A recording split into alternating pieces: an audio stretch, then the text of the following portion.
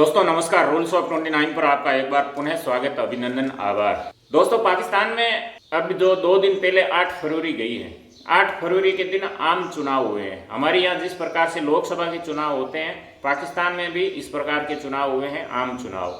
और उसके साथ साथ पाकिस्तान के 4 राज्य हैं, उन विधानसभा के चुनाव भी पाकिस्तान की लोकसभा चुनाव के साथ हुए हैं।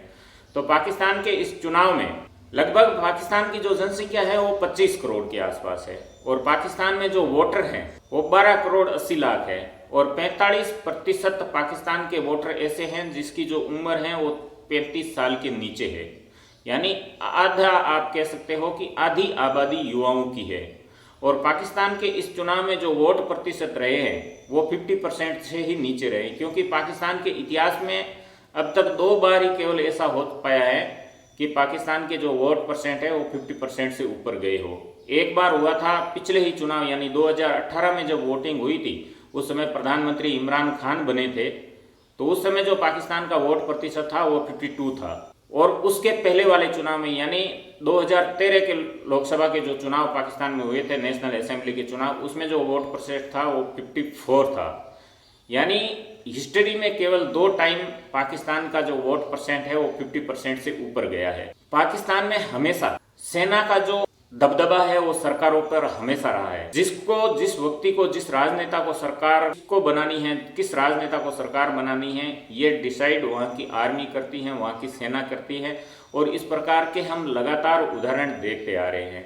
पाकिस्तान के अब तक जितने भी प्रधानमंत्री हुए हैं, क्योंकि ये 12वां नेशनल असेंबली का चुनाव था, और उससे पहले जितनी बार भी चुनाव इलेक्शन हुए हैं, जितने बार भी प्रधानमंत्री हुए हैं, आज तक किसी भी प्रधानमंत्री ने 5 साल का कार्यकाल पूरा नहीं किया। ये अपने आप में किसी भी देश के लिए इससे बड़ी डूब मरने वाली बात नहीं होगी कि 5 साल के लिए आपके यहाँ इलेक्शन होते हैं, इलेक्टेड प्रधानमंत्री होता है, लेकिन आपकी सेना किसी एक पड़ाव पर जाकर के उस प्रधानमंत्री से मनमुटाव हो जाता है और सेना चाह लेती है कि अब इसको आगे नहीं, और उसी वक्त सेना उस प्रधानमंत्री को हटा देती। इमरान खान जब 2018 का चुनाव जीत करके आए थे, उन्हें स्पष्ट मेजोरिटी नहीं मिली थी, लेकिन single largest party Imran Khan की पीटीआई थी।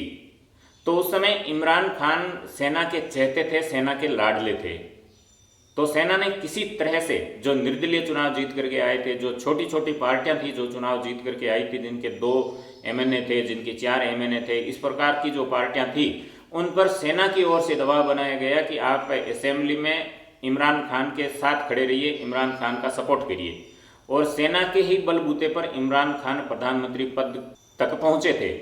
और उसके बाद में हम सब जानते हैं कि 2022 में किस तरह से इमरान खान को अविश्वास प्रस्ताव ला करके, सेना के सहयोग से अविश्वास प्रस्ताव ला करके उन्हें प्रधानमंत्री पद से हटाए गए। और इमरान खान अब तक के इतिहास में वो पहले प्रधानमंत्री हैं जो पाकिस्तान में अविश्वास प्रस्ताव से प्रधानमंत्री पद की कुर्सी छोड़नी पड़ी है।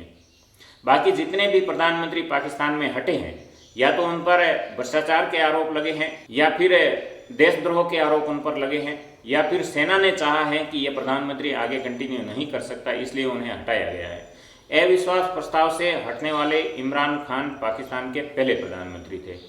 पाकिस्तान के जो 4 सूबे हैं, जो 4 राज्य हैं, जिसमें पंजाब सबसे बड़ा राज्य है, जहां पर जो पाकिस्तान मुस्लिम लीग नवाज है उसका अपना एक वर्चस्व है। लगातार वो पंजाब में सत्ता में रही हैं।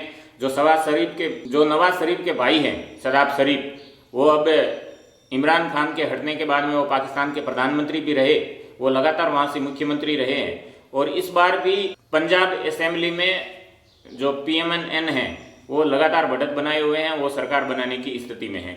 अब आज हम इस वीडियो में बात करेंगे नेशनल चुनाव की। जो नेशनल असेंबली के जो पाकिस्तान में चुनाव हो रहे हैं, उसमें नवाज शरीफ की जो पार्टी है PMNN, वो चुनाव मैदान में है, जो बड़ी पार्टी बन करके उभरी है। उसके बाद में बिलावल भुट्टो, जो शहबाज शरीफ में सरकार में विदेश मंत्री थे, उनकी एक पार्टी है PTI।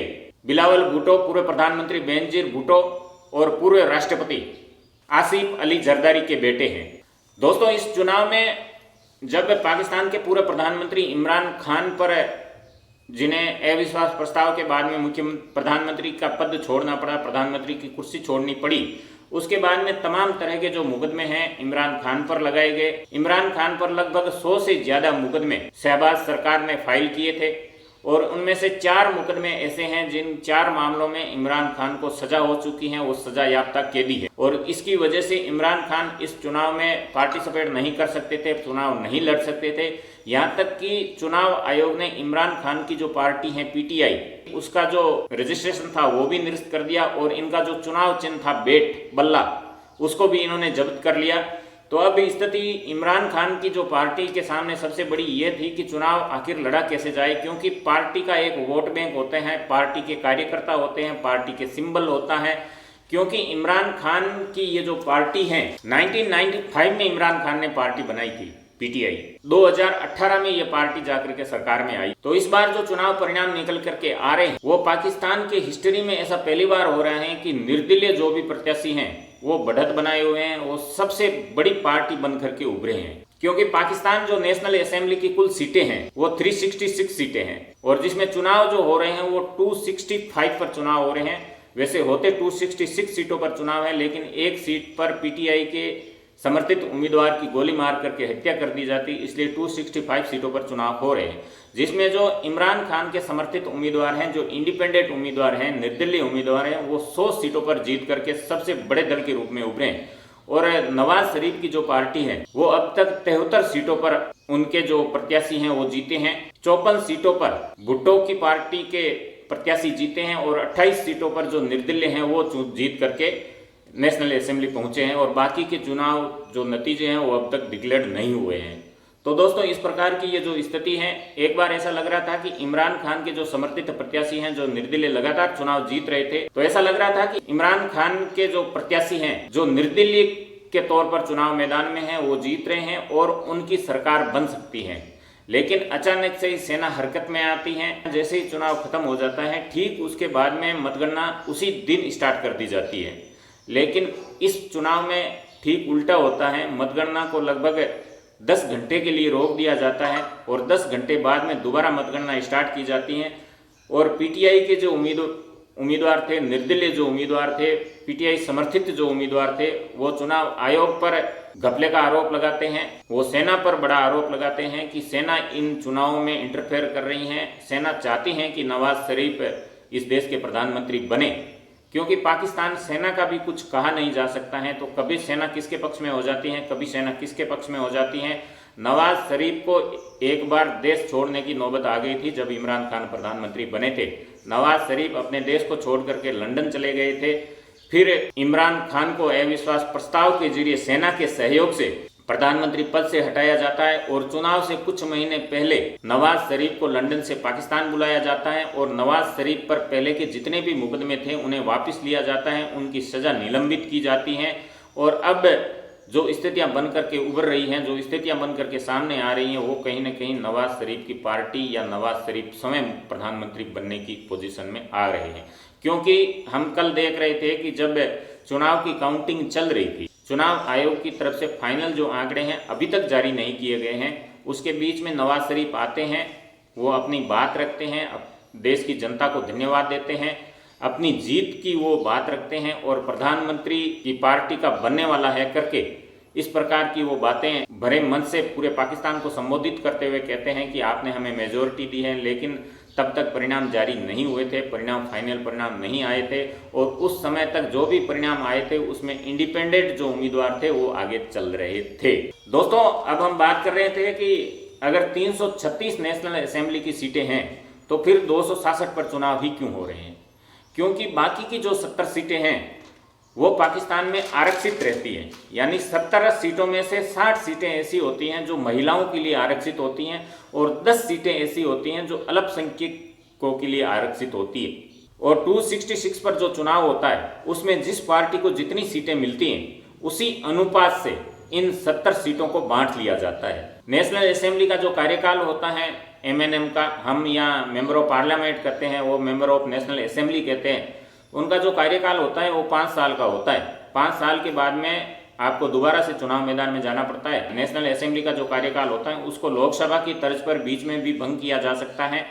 अगर प्रधानमंत्री के खिलाफ कोई अविश्वास प्रस्ताव ले आए और वो प्रस्ताव पास हो जाए और दूसरा कोई भी पार्टी या कोई भी सदस्य विश्वास प्रस्ताव हासिल करने की स्थिति में ना हो तो राष्ट्रपति इस सदन को भंग कर सकते हैं और अगले चुनाव का ऐलान कर सकते हैं। ठीक लोकसभा की तर्ज पर यह नेशनल असेंबली पाकिस्तान में कार्य करती है।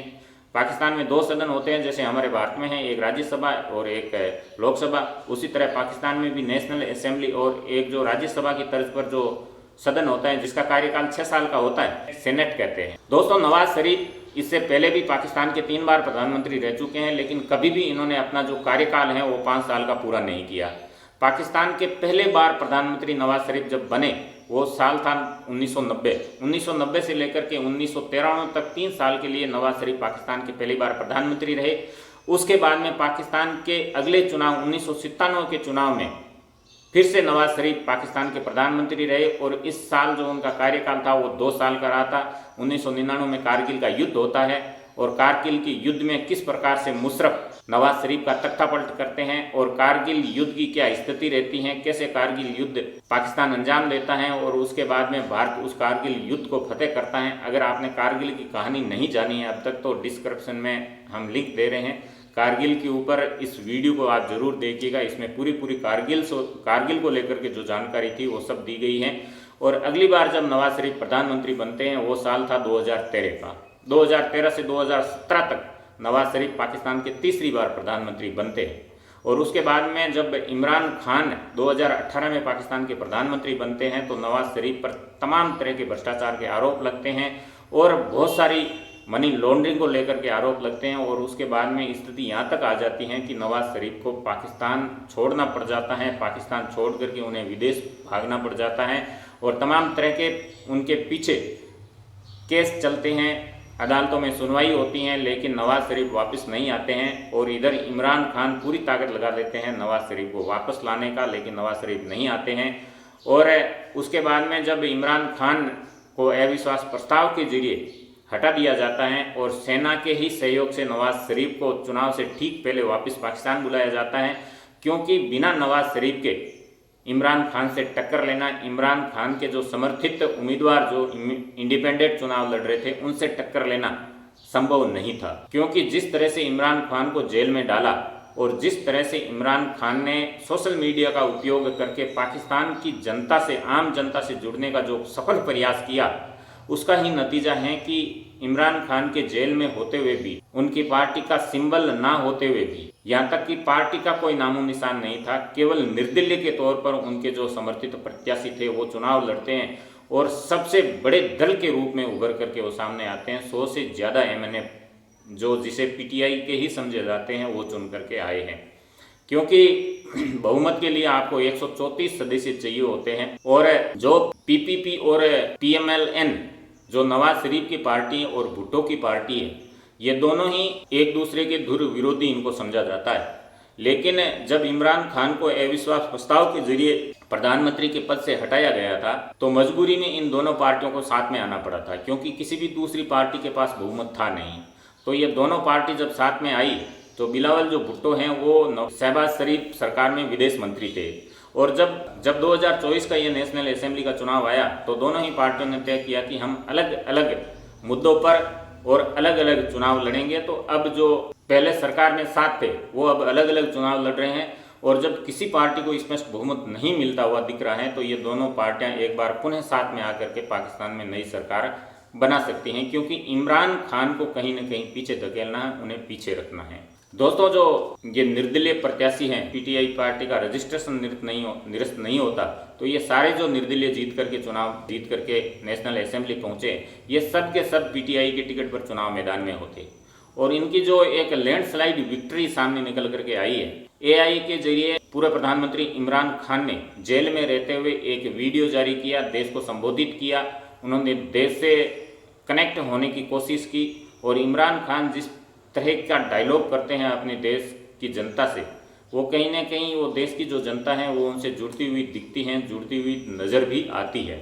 अब जो दोस्तों निर्दलीय प्रत्याशी चुन करके आए हैं, अब ये किसके साथ में जाते हैं, क्योंकि आसिफ अली जरदारी को पाकिस्तान में इस प्रकार का नेता समझा जाता है कि जोड़ तोड़ की जो राजनीति है उसमें इनसे बड़ा कोई नेता पाकिस्तान में हो नहीं सकता जो आसिफ अली जरदारी है। पूर्व राष्ट्रपति हैं, बेनजीर भुट्टो के जो पति हैं, वो इतने माहिर हैं जोड़ तोड़ की राजनीति में। तो हॉर्स ट्रेडिंग का जो खेल है, अब निर्दलियों को खरीदने का जो खेल है, वो कहीं न कहीं शुरू होने वाला है, क्योंकि स्पष्ट बहुमत किसी के पास है नहीं। और अगर इमरान खान के किसी समर्थक को प्रधानमंत्री पद पर पहुंचने से रोकना है तो कहीं न कहीं नवाज शरीफ और बिलावल भुट्टो को साथ में आना ही होगा।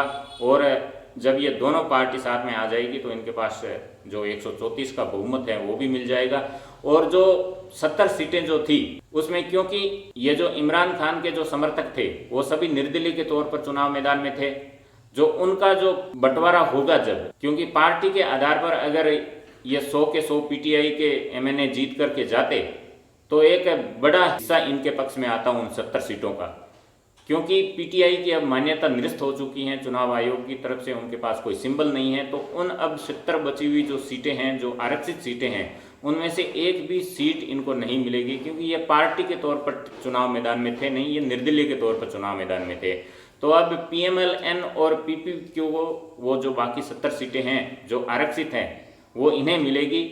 और जब वो आंकड़ा इनके साथ में जुड़ जाएगा तो और थोड़ा बढ़ जाएगा। तो इस प्रकार की स्थिति पाकिस्तान में है।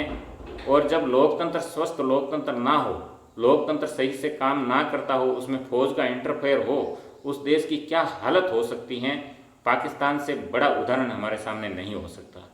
आज पाकिस्तान की जो करेंसी है लगभग 350 रुपये में $1 मिलता है। और पाकिस्तान के जो डीजल पेट्रोल की कीमतें हैं लगभग 500 लीटर तक पेट्रोल पहुंच चुका है, डीजल पहुंच चुका है, कीमतें हैं वो आसमान छू रही हैं। आम जनता त्राही त्राही कर रही है, खाने तक को उनके पास में अनाज तक नहीं है। ऐसी स्थिति पाकिस्तान की आज हो चली है। लेकिन पाक आर्मी जो है लगातार लोकतंत्र को प्रभावित करने का अपनी ओर से पूरा प्रयास करती है।